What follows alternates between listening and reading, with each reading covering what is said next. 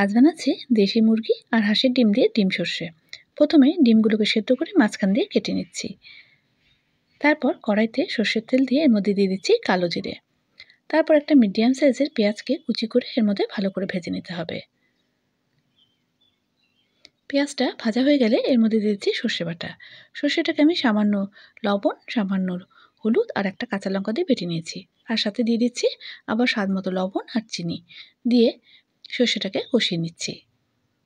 কষানোর সময় গ্যাসের ফ্লেমটা লো করে বড় চামচের 1 চামচ দিয়ে দিচ্ছি টক দই দিয়ে কিছুক্ষণ কষিয়ে নেব। আবার এরপর যে বাটিতে আমি সর্ষে বাটাটা রেখেছিলাম তার মধ্যে জল দিয়ে এই জলটা আমি এর মধ্যে দিয়ে দিচ্ছি।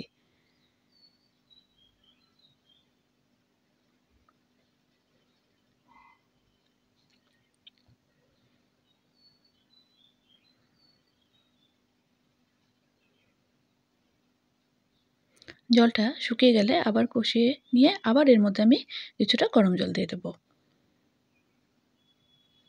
দিয়ে আবার আমি কষিয়ে নেব সর্ষেটাকে, যাতে সর্ষের কাঁচা গন্ধটা না থাকে এর মধ্যে। তারপর দিয়ে দিচ্ছি এর মধ্যে কয়েকটা কাঁচা লঙ্কা। আপনারা যে যেরকম ঝাল খান সেই হিসাবে কাঁচা লঙ্কাটা দেবেন।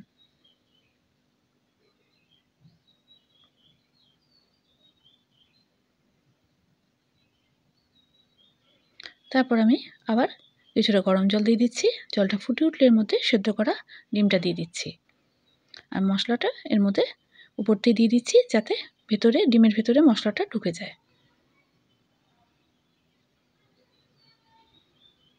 এরপরে এর মধ্যে দিয়ে দিচ্ছি 3 থেকে 4 চামচ সর্ষের তেল। সর্ষের রান্নায় সবসময় লাস্টের দিকে সর্ষের তেল ইউজ করতে হয়, তাতে ফ্লেভারটা ভালো আসে রান্নার।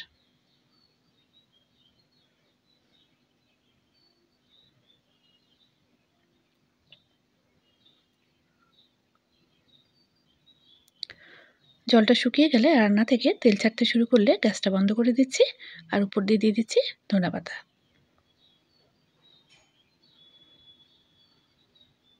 রান্নাটা কমপ্লিট হয়ে গেছে।